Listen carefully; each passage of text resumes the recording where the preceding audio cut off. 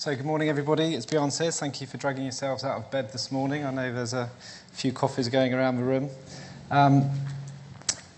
It is a sad fact that corruption affects all areas of our society. It's driven in the most part by power and greed, but that's only one element of it, and I want to look at some other reasons why corruption occurs as well. According to the EU Commissioner for Home Affairs, there's an estimated 120 billion euros that's lost to corruption each year throughout the member states, and that figure is enormous. There's a quote up there on the screen from Kofi Annan. And as Kofi says, corruption creates inequality. And one of the most infuriating things for me personally is that it holds back investment in the sport, and therefore it hurts the society in which all of our organisations operate. So if you look at football, and there's undoubtedly corruption in football. Some of it's been proven or admitted to, and other stuff, of course, is coming out through these ongoing investigations. Millions have been lost that should have been invested in the sport. So creating, for example, better facilities, better investments in coaching, or better investments in equality matters. And as I say, that really irks me. Success is obviously good and corruption's bad. But striving to achieve that success can expose individuals and corporates to corruptive influences. And I believe that as GCs, you've got a central role to play in safeguarding your organisation. However, you should not be alone in this. Compliance is an issue that needs to be owned by the business. Quite often it's not. It's simply buck passed by the business back to you guys, back to people that have legal qualifications, and that's inappropriate. I've spoken to many of you over the past 36 hours, and not one of you said that you don't have corruption in your relevant sector. The delegates' top projects list that were handed out by the organisers, that highlights compliance as a common theme. So I hope that you take away from this the need to consider the culture that exists in your organisation, the importance of establishing appropriate compliance programmes and mechanisms to deal with the threats that you undoubtedly will face. This is a simple business model. You can apply it to different industry sectors, not only sport. But obviously, it's a circular model, because if you start to achieve success, you generate your interest in yourself as an individual athlete, your team, your sport. That interest then will lead to raising of income. So, for example, it might be greater attendances at your game, the sale of more season tickets, an increase in merchandising opportunities, an increase in personal endorsements or sponsorship income, or the big one in sport, the media rights income. And as you raise that level of income, then people, funds, corporates will want to make an investment in you, your team, your sport.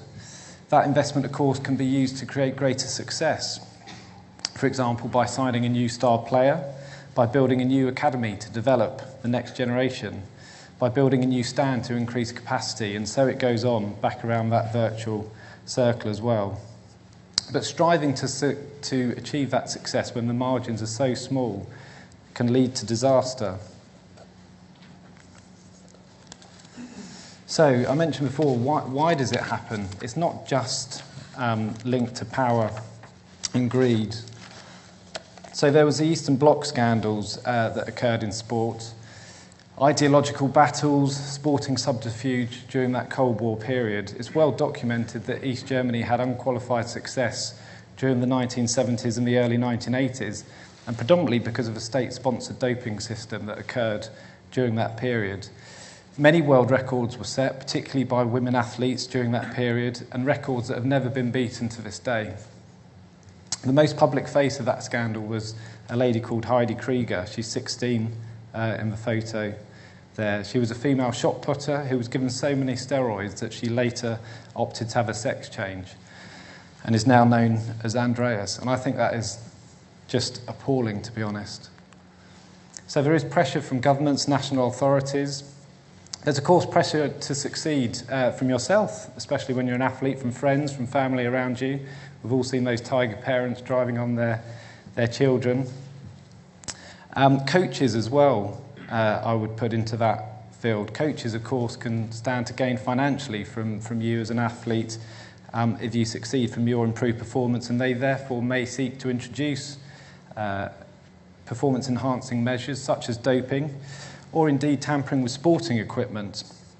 There's frequent pressure in life and business to act in a certain way, and people need to have a very, very strong moral compass and ensure that's supported by the culture of the organisation as well. You take a business example, I was just talking to somebody about an audit as well, but the clearance of an audit. Auditing is a highly regulated field. Auditors have been pressured on numerous occasions, and there's some well-publicised scandals from China as well, to clear audits or approve accounts when something is not quite right. And of course, these are regulated people, highly educated people, but you don't want to be that person in the firm that lost that high-billing client. You know the right path to take, but you've got to have a strong moral compass to keep going. There's also pressure from crime syndicates as well. There have been many, this has been going on for years and years, and the FBI have actually set up a special sports bribery program to help educate US college sports. This came about following a 3-year FBI investigation dubbed Operation Hookshot, which was where 8 people were convicted of various sports bribery conspiracy events issues at the San Diego University. The next one's there to create a level playing field. If you can't beat them, then join them. Lance Armstrong had a rationale when asked whether the doping process was required to win the Tour. This is just a quote I'll read out. He said, "That's like saying we have to have air in our tyres or water in our bottles. It was part of the job." The definition of a cheat is to gain an advantage over a rival or a foe. I didn't view it that way. I viewed it as a level playing field. The LIBOR rigging scandal, taking that across to business, has highlighted a similar view in the banking world, where a number of different bankers and brokers have jumped on that profiteering bandwagon. We know that this hasn't been just down to individual companies.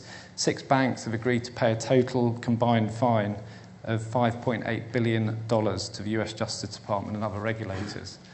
They're enormous sums of money.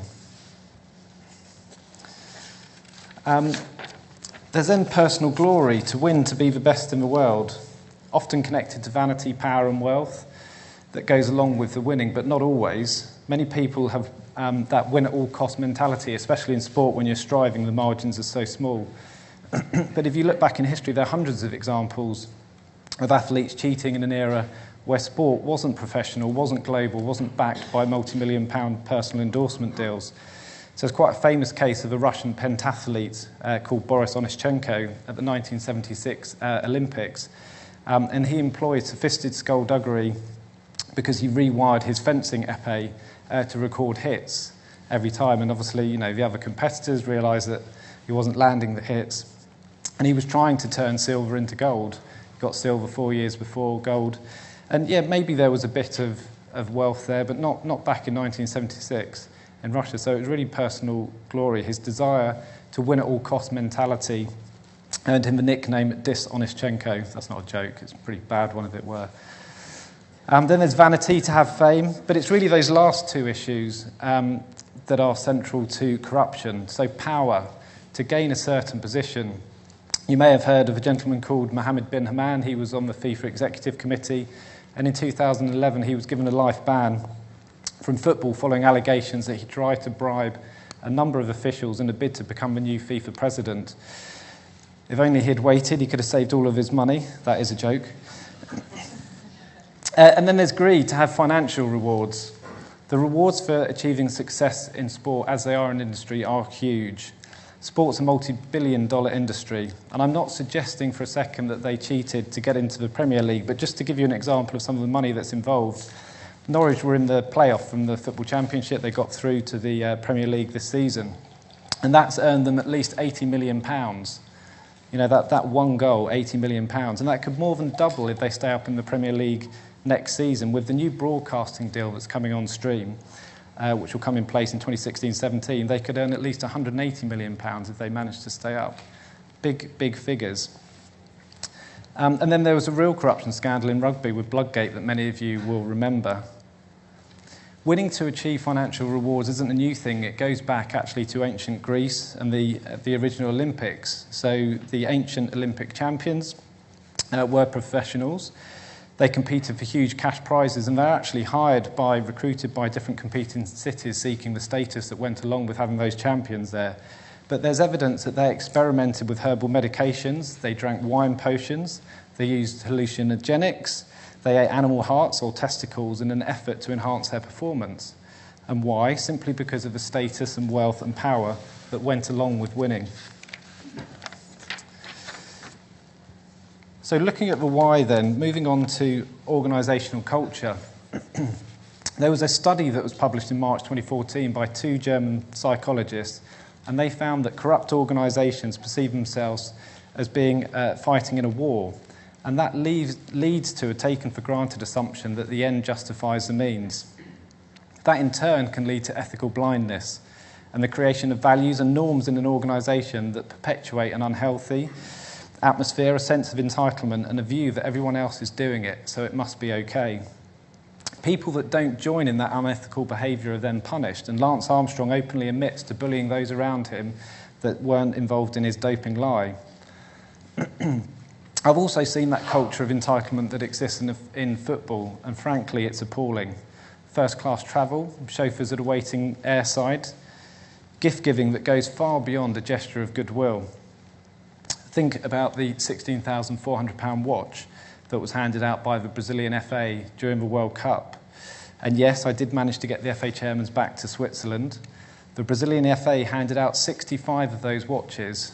Quick calculation, that's over £1 million. FIFA spent around £90,000 on handing out 750 Longines watches for delegates at last year's Congress as well.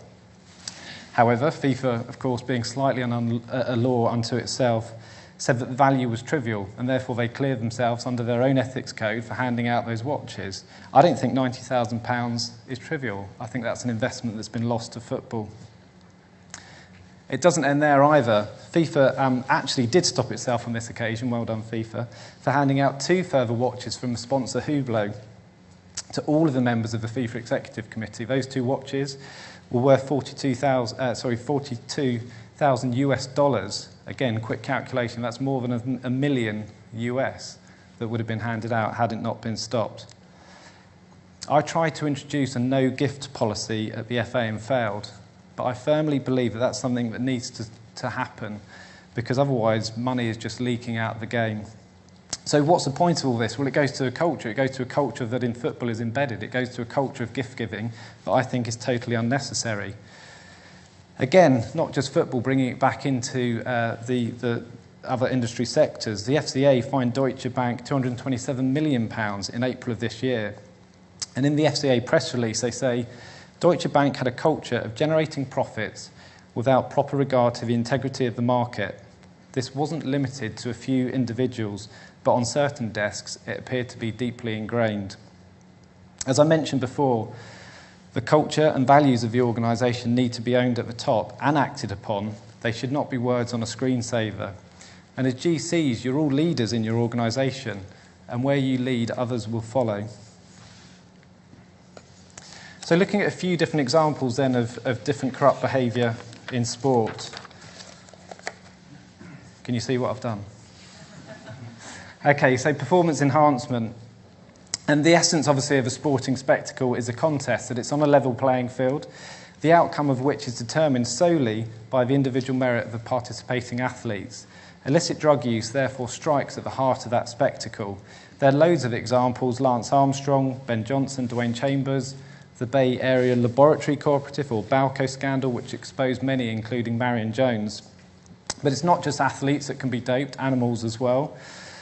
Many documented scandals, including the Dolphin Stud, where 11 of its horses were revealed to have been injected with banned anabolic steroids. And of course, looking elsewhere, you've got the link through to Volkswagen. It's admitted to cheating on its emission tests by installing the so-called defeat devices in diesel engines that could detect when they were being tested, therefore changing the performance accordingly and improving results. And it's reported that 11 million cars worldwide are fitted with that particular device. Another example of corruption in sport, market manipulation. Like doping, match fixing, or as I've called it, market manipulation, is a real threat to the essence of sport and compromises the integrity of that sporting contest. In part, this has been fueled by the globalisation of sport, the increase of sports betting markets, and indeed the novelty bets that are now offered. Crime syndicates have infiltrated sport, and perhaps some of the most well documented in Asia, where you have these so-called fixers. They would buy individual players or teams, referees, even club owners to get a certain result. And they would then fix the betting market to make a handsome return. And you may remember in 2011, the 3 Pakistani cricketers, Mohammad Asif, Salman Butt and Mohammad Amir, were found guilty of corrupt behaviour after they were deliberately found to be bowling no balls. They're not isolated incidents, and sports governing bodies have had to boost their regulatory teams. They now use sophisticated technology to monitor markets and try and catch participants.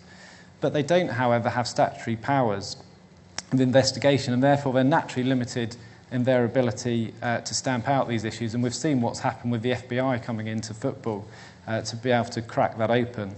The other picture up there is a trader called Tom Hayes. He worked at UBS and Citibank, and he's the first person to have been convicted in the UK in connection with the LIBOR rigging scandal, receiving a 14-year sentence for conspiracy to defraud. But again, that's all about market manipulation. And then bribery. As you'll know, of course, bribery is the giving or receiving of something of value to influence a certain transaction. And I've mentioned on numerous occasions, this isn't isolated to sport. GSK will fine £297 million in September of last year for bribing doctors in China to encourage them to use their drugs. The biggest scandal, of course, to hit football for many years has been the bribery involving high-ranking FIFA officials in connection with media rights, election processes, and, of course, the World Cup voting. As Bian mentioned, I led on that disclosure process of documentation to the Garcia investigation, liaison with statutory authorities and other public officials as well, in relation to the FA's own conduct in the bidding process. Whilst the FA were praised for its level of cooperation, it became clear to me during that investigatory process that actually if you didn't comply with your disclosure obligations, you could have been in a better position, and we were, in my view, unduly criticised in the report that came out. Now, I wouldn't back away from a decision for that full cooperation. That is absolutely the right decision. I find it infuriating, however, that the Russians claim to have leased their computers, returned them following the bid process, and the owner of those computers smashed them up, meaning that they were unable to fully comply with the bidding process, with the investigatory process, sorry. What's even worse, in my view, is that the Russians then claim that Google were unable to forward the information onto the investigatory process, but surely that was for the Russians, it was their data, and they kind of hid behind Google and said, oh, well, it's over in the US and all the rest of it, so we can't comply. Spain just chose not to comply at all, which is another approach. At least the Russians made something up. But the consequences of doing that are also limited. Undoubtedly, there are politics at play there, and potentially matters are being covered up by those on the inside.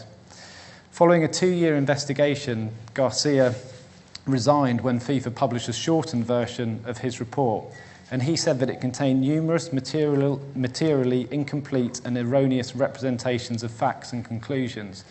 Now, for those of you that don't know, Garcia is not a little pussycat. He is a big hitter. He's a partner in a US law firm, Kirkland & Ellis. He's a former US prosecutor. He was responsible for the successful prosecution of 4 people in connection with the World Trade Center bombing in '93, and also investigated the 98 bombings at the American embassies in Kenya and Tanzania. Now, for him to come out and say something of that magnitude, I think speaks volumes. And whilst FIFA has actually said that it will publish the Garcia report, there's no clear time frame for that process. Virtually all of the members who were involved in that original bidding process for 2018 and 2022 have been banned or suspended. As you've seen last week, FIFA President Sepp Blatter and the UEFA President Michel Platini were also suspended for 90 days. They're both appealing that. That's on top of the General Secretary, or in common parlance, the Chief Executive, Jerome Valk, who's also been suspended. So FIFA have got no chairman, no chief exec. That's clearly an organisation in meltdown. So with some of my personal thoughts on FIFA and their corporate governance issues in particular. FIFA's a stakeholder organisation, as many organisations in sport are. They have an executive committee, which is essentially their board. That's comprised of 25 people. They've got one female representative elected by Congress, 23 members elected by the confederations. There's no independence criteria for the president at all. In fact, there's no independence criteria for any members of the executive committee. There are no term limits for members. And I'm a firm believer in term limits. The IOC introduced term limits after the Salt Lake City scandal. There's no remuneration committee, no transparency at all about the remuneration of the executive committee or of the president. There's no transparency about the way in which FIFA invests its revenue streams or key performance indicators to show how their investments have worked in infrastructure, other goods or services. There needs to be a tighter code of ethics, and that culture of gift-giving and hospitality that I mentioned before needs to stop. They have introduced reforms for the bidding process for the World Cup. So now, instead of the 25 members of the executive committee voting on that, they've opened it up to 209 members of Congress. What does that mean? Of course, the greater possibility of corruption. You've got 209 people to bribe now, not just 25. You need to install an independent chairman to oversee and overhaul of that corporate governance process before you put a president in place. I think it's crazy putting a president in place now without the corporate governance regime having been finalised. I'm not going to touch on these other sporting issues. There are other corruption issues that occur in sport. So there's sports-motivated match fixing. That's the Chinese team. You may remember they were thrown out of the London 2012 Olympics for basically throwing their matches. French rugby teams have been found of deliberately losing matches to concentrate on domestic leagues. There's financial regulation in sport to create level playing fields, and sadly there's abuse as well, the exploitation of children or indeed other vulnerable people. So why does it all matter? There are criminal sanctions, of course, many different pieces of legislation. You'll be familiar with the Bribery Act, common law offences as well, such as a conspiracy to defraud. Sports people have been jailed on a number of different occasions, and I've already alluded to those with the Pakistani cricketers. There's a loss of livelihood, so you might not be put in jail, but for example, if you were found to be cheating under the WADA code, the World Anti-Doping Authority code, they've now increased their sanctions to 4 years for deliberately cheating instead of 2 years. And then that's obviously going to be a real struggle to get back in the sport. There's a financial impact. In 2007, McLaren were handed a $100 million fine for the so-called Spygate scandal, when the team were found to be in possession of 700 pages of Ferrari's blueprint. I've mentioned the fines of GSK. And Volkswagen faces potential fines of $18 billion. And then reputational damage as well.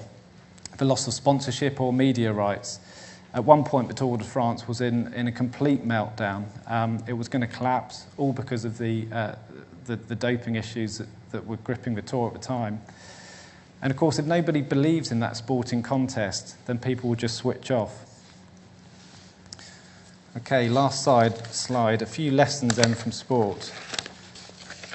So I've already referenced the importance of the culture of the organisation and the ownership of that culture at the top and the acting out of that culture.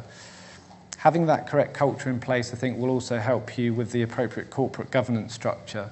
There's no one-size-fits-all structure for any organisation. There's no simple solution. But you need to have clear lines of responsibility, accountability and roles to deal with the potential corrupt issues that arise in your organisation. You should implement a compliance programme. I've mentioned the Watchgate scandal that we dealt with and the wider issues in FIFA. For us at the FA at the time, that threw up some interesting issues about the ownership of the relevant policies, the review process of the policies and the education process, and how that then tied back into the induction of employees as well. You will have all heard of the adequate procedures under the Bribery Act, and there's an organisation called Transparency International. They've produced a really good checklist. There's a link. I've done a small 2-page handout which you'll be able to access when you fill out the form online that Alison mentioned yesterday morning. But there's a link on that to that particular checklist, which I think is worth a look at. Education is key, not just for new starters, but education for the business so that they understand the risks and feel better equipped, therefore, to deal with them. Learn from people that do things the wrong way, as well as people doing things the right way. Have crisis management and media plans in place. At the FA, we always put in place crisis management plans for each of the major tournaments, for example. Crisis management plans aren't just one overarching document. You've got to think about the big events that your organisation is facing and make them specific. Get a grip quickly. Move on relevant people quickly. We've seen with FIFA, it really is death by 1,000 cuts. It's so painful to watch it. As one commentator said, Blatter is not the resigning type. You need transparency as well, so get on the front foot. Tell your customers what's going on and have timeframes to resolve relevant issues. Make sure that you, in your regulatory processes, if you have those in your organisations, that you publish your decisions. And I think finally, just stop talking about it. There's lots of talk about it. You need to get on and do something about it. So thank you very much for your time. I know that we haven't got time for questions now, but I'll be happy to follow up with anybody afterwards if they'd like to do so. Thank you very much.